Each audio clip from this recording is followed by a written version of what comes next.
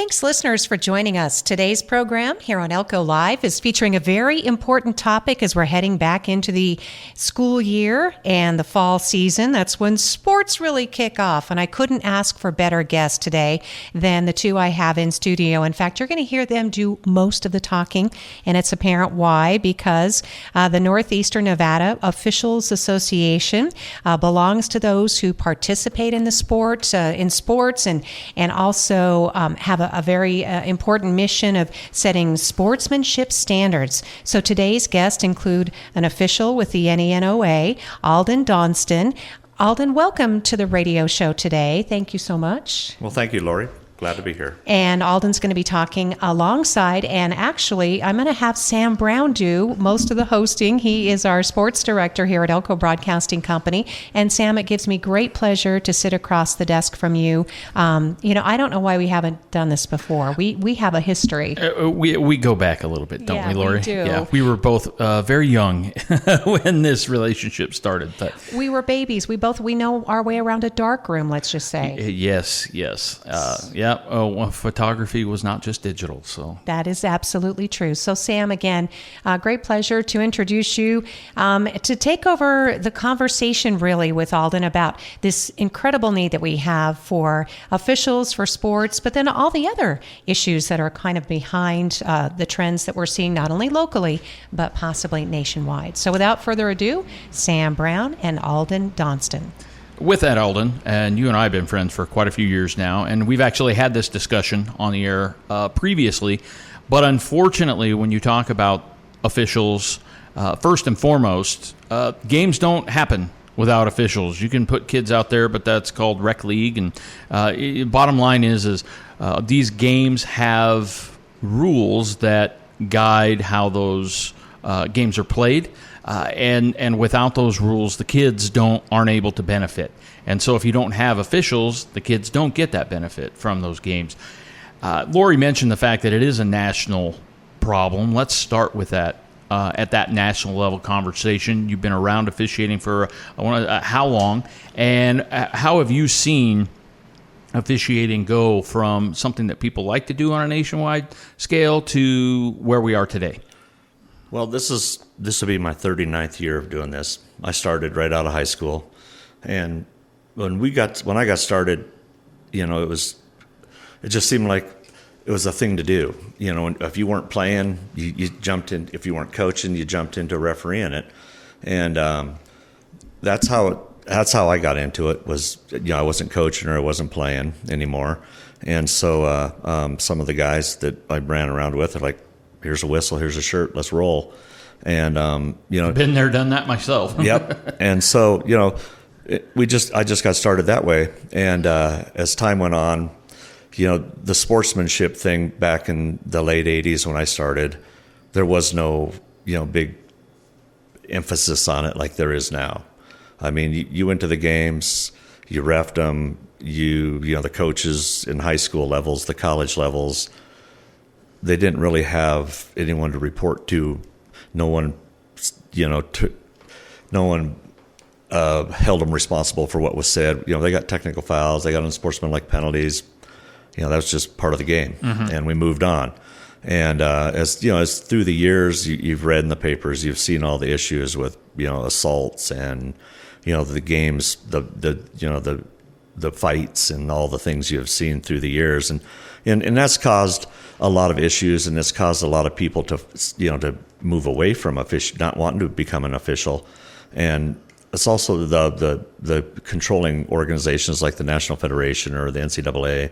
It's caused them to say, we got to do some things different. And so you've really seen them crack down every year when our rules come out. The points of emphasis and all this it's always sportsmanship for some sort, one way or another. They're always talking about how we got to keep emphasizing sportsmanship. They're tightening everything up, and and that's led to it's helped the game, I think, a lot. But at the same time, it's not helping bring more officials into the game because everyone just sees the negative stuff about it, and it's a problem. And it's not just here in Elko. It's not in Nevada. It's all over the place. You read about it all the time where games are being canceled, or there's just, sports are being, here we're moving games around all the time, changing times, playing on a Thursday rather than on a Friday. And it's kind of crazy. So let's talk about that a little bit as we bring it down from that national problem where, statistically speaking, we've seen a decrease of, in some areas, more than 50% when it comes to those officials that we have to have out there in order for the games to go on and for not just the enjoyment, but the education of our young ones. Because to your point, a big part of youth sports, even at the high school level, as we're really going to focus on here, is about teaching sportsmanship and about teaching those lessons that people they don't get necessarily in a classroom, but when you're out there and you're striving, competing against other people, there are definitely lessons that can be taught there. And as far as being better humans, being better citizens, and so again, if we don't have the means, the mechanism to be able to have those games, which has a big part of that is officials. We're not going to see that happening out there. So on a state level, when we talk about these games going on, you kind of alluded to that a little bit. How critical is it here in the state of Nevada? I know that you're not a board member here with the NENOA, but you have served on various boards, not only on the local level, but also state level, if I remember correctly. Yep. How have you seen that problem that start up there, up at that national level, trickle its way down here to the Silver State, and how has that affected things specifically here in Nevada?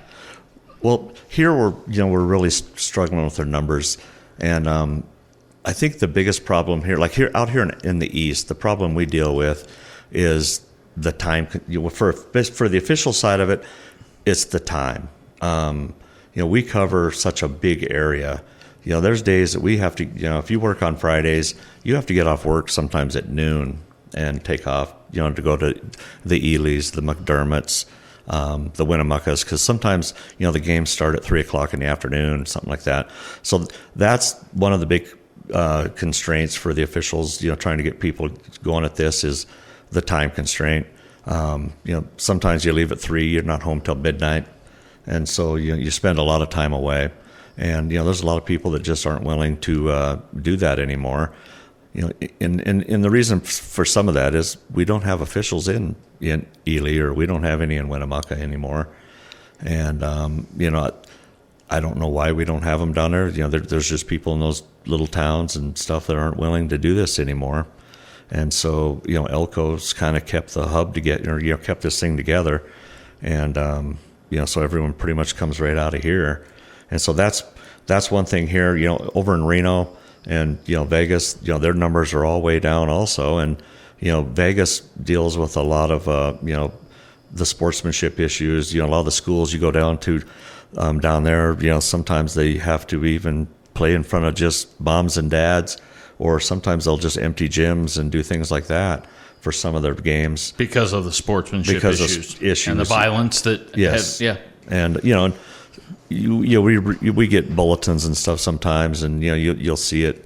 We've had a fight, or there's something that went on, and a lot of it's all it's Vegas for the most part, and so that that part of it, the schools are just so big down there, and it's tough to you got to have administrators there. Elko County, I think, does a really good job here.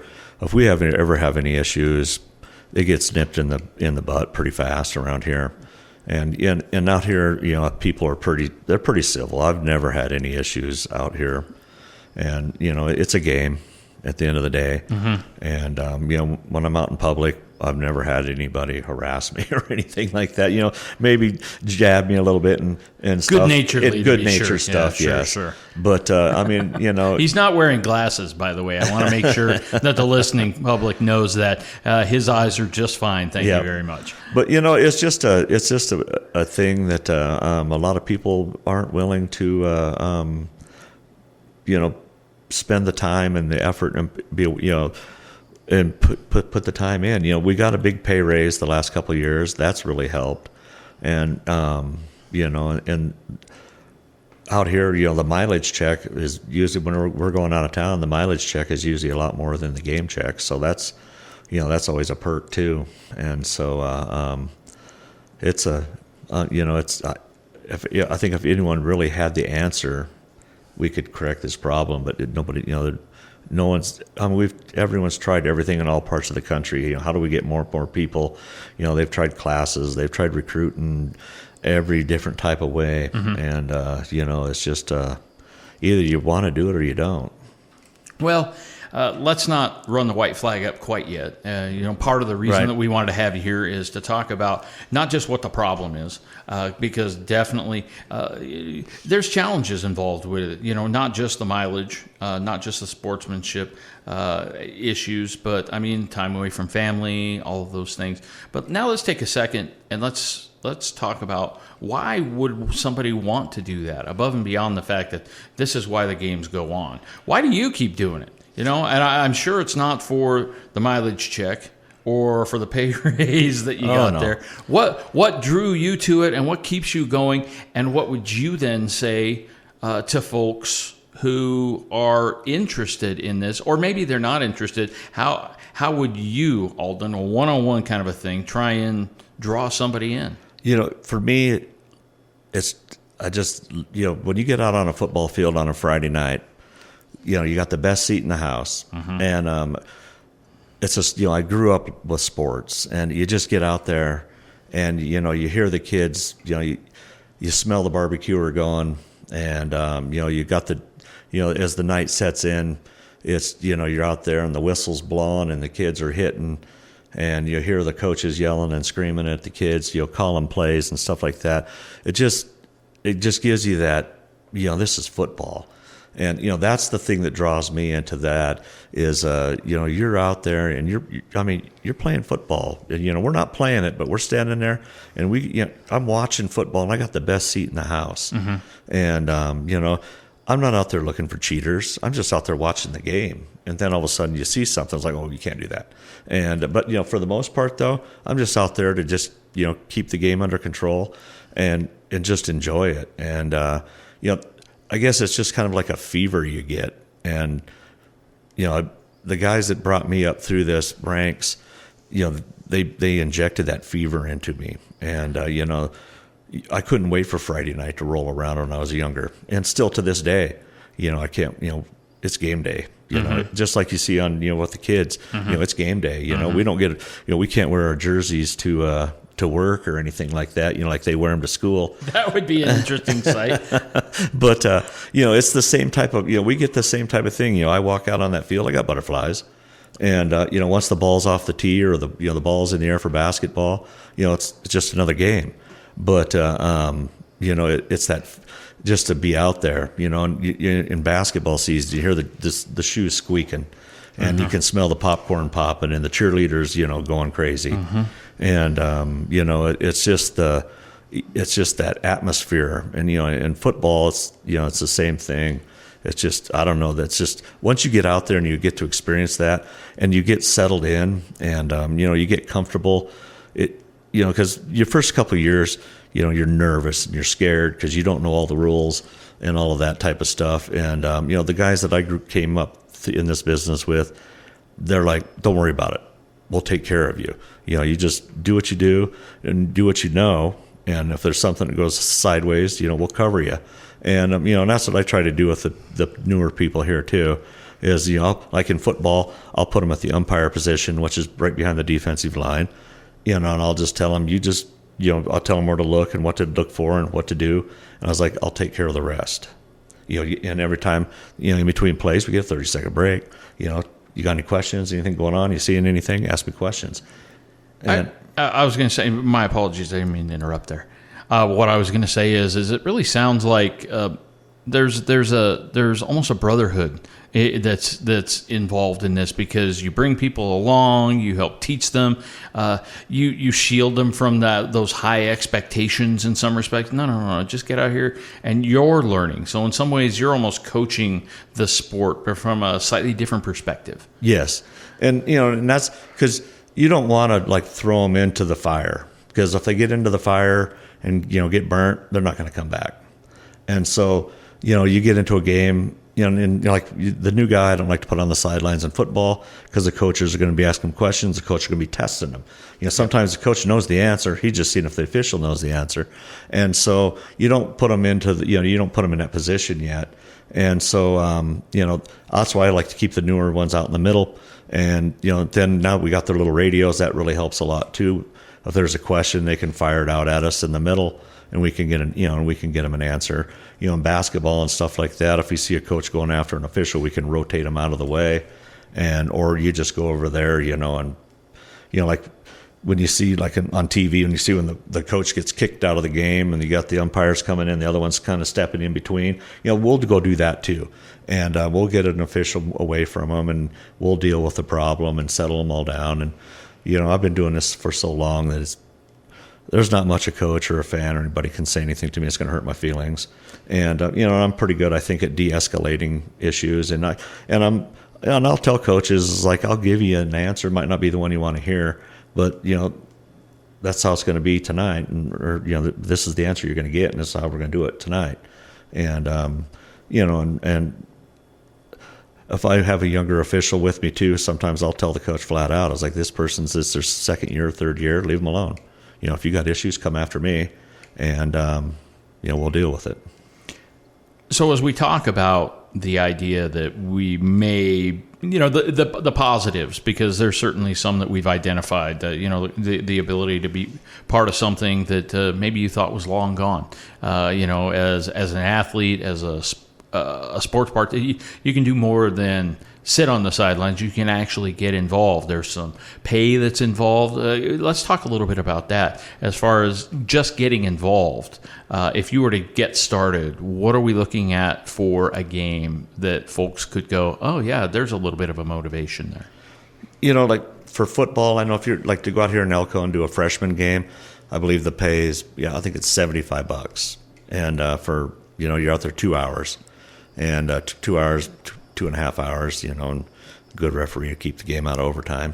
But, so they start up, you got to, around here, you got to buy some cold weather clothes. But most of us have like the Under Armour and all that stuff already because, we live in Elko and it gets cold in the wintertime. So you have most of that stuff already. Right. And so, you just got to buy the striped shirt, the pants, a pair of cleats and a hat. And a lot of us, the newer people, we can help out with that type of stuff. And we have different people that have, hey, can I borrow a shirt for long sleeve because it's cold now? I haven't got mine in yet, or we can show you where to order it and get discounts and all that type of stuff.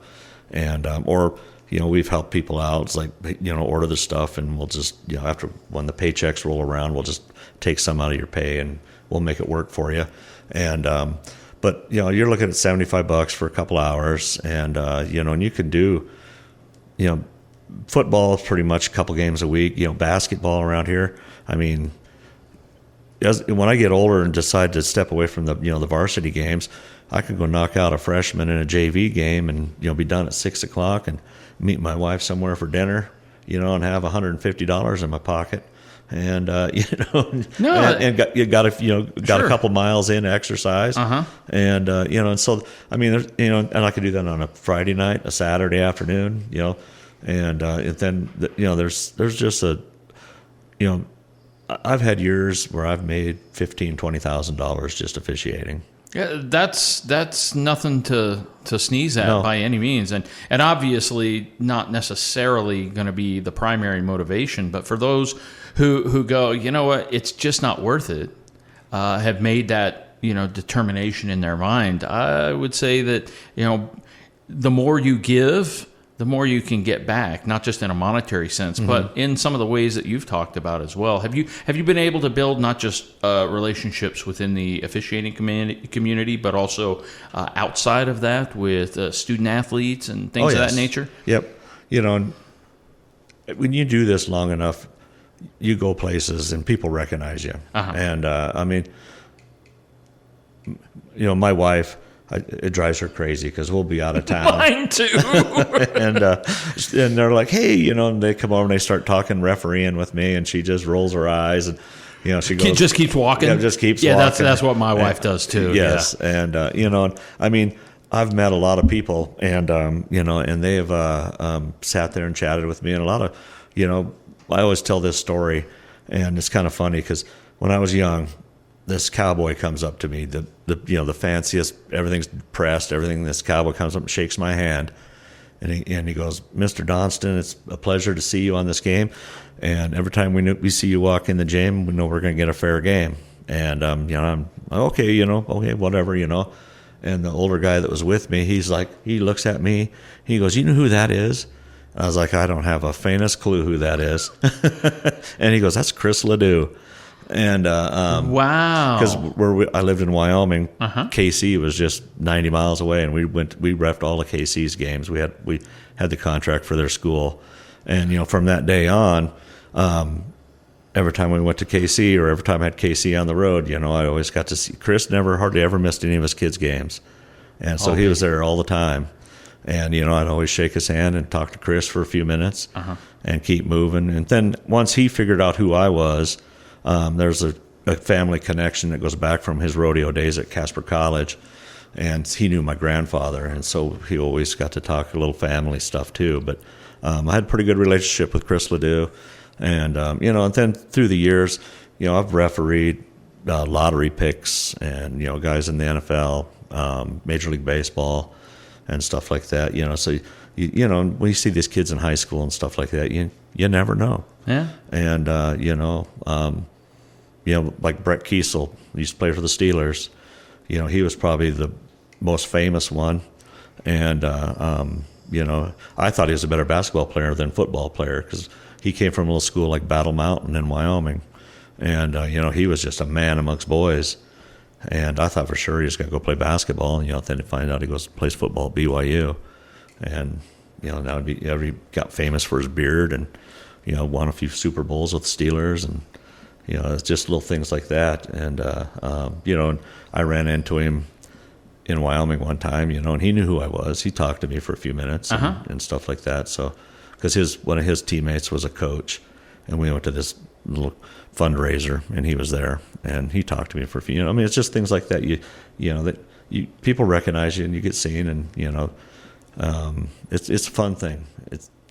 From the sidelines of high school sports to obviously mingling a little with some rodeo stars and some other folks and these NFL athletes, as you're talking about. Our guest today are Alden Donston. He's an official with the Northeast Nevada Officials Association, and Sam Brown, our Elko Broadcasting Company sports director, is hosting this conversation. It really is fascinating. I just had a couple of questions, gentlemen. Let me see here. I wrote them down. Oh, so is there an age limit to recruiting people to be sports officials? And can women officiate too? I'm thinking I've seen a few on the sidelines, but.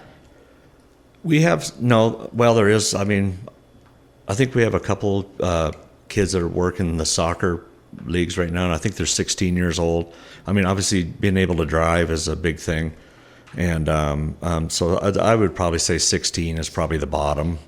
But so that would be my guess on that. And we're real careful what we do with them. And like Mom and Dad, last year I think one of the kids he had just had a learner's permit, so wherever he went, his parents had to drive him and stuff. And so but locally, he worked the games around here, and so 16. We just have to, if he goes to like Elko High School, we wouldn't put him at Elko High School. We'd let him have him go ref other games. That way, he's not reffing his classmates or something like that. And then he's not, or she's not put in that position. And we have female officials. We have a handful here in Elko. And, a female is more than welcome to come out. They can do football. They can do wrestling. It doesn't have to be a female sport.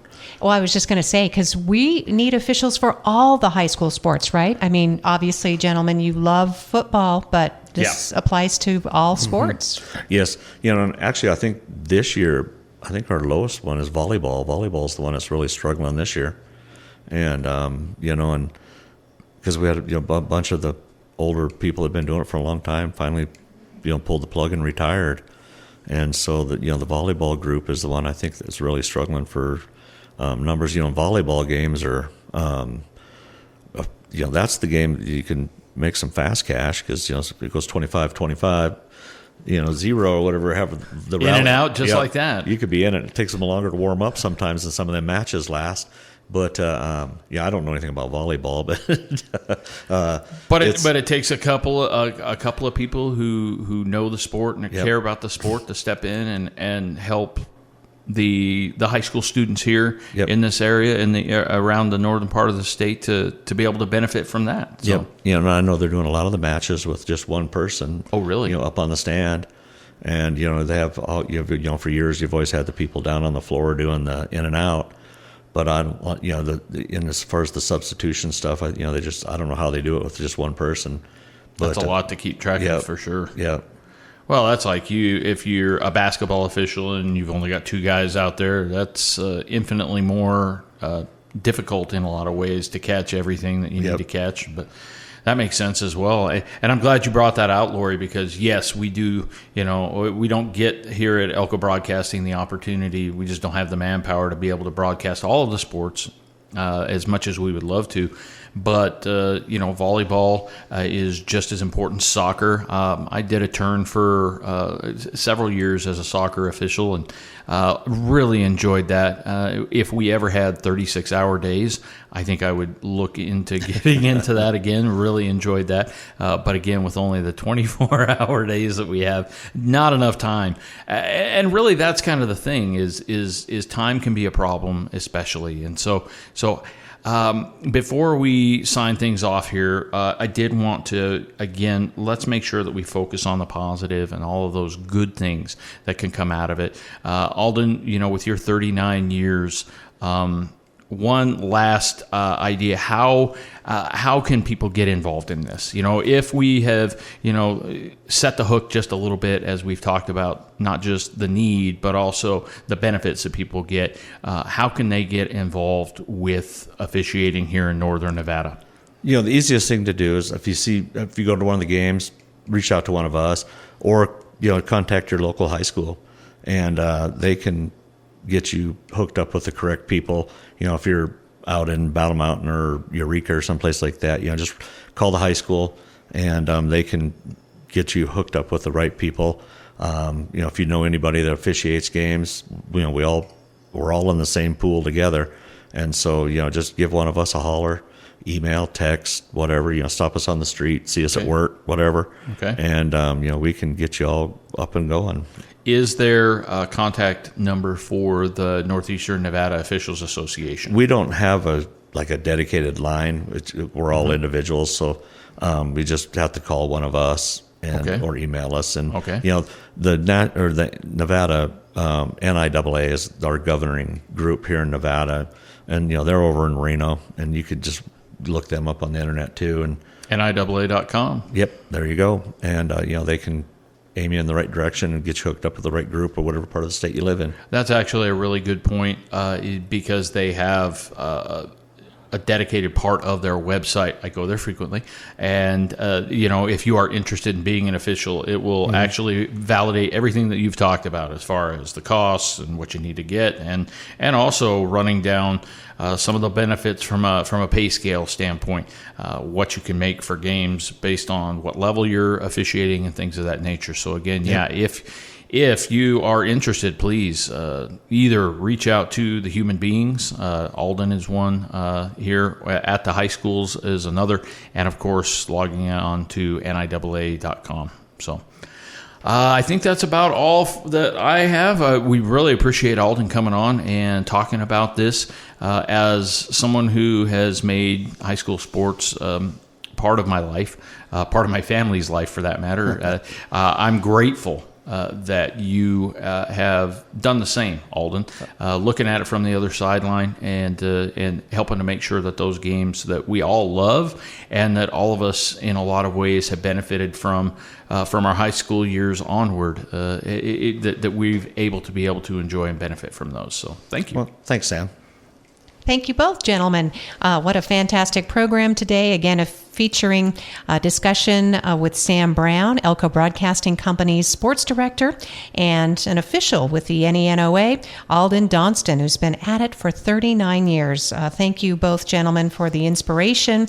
It's just thrilling again to think about. I love how Alden described the thrill of the football season, all the smells, all the sights. Got to put in a plug for the band. It just all of the band that's there for all of the sports activities. Whether or not you think you're a sports fan, you can be a fan of students, and we definitely can do this for our community and for our kids. It's a great way to pay it forward. So thank you both for being on the program today. Thank you, listeners, for joining us for Elko Live.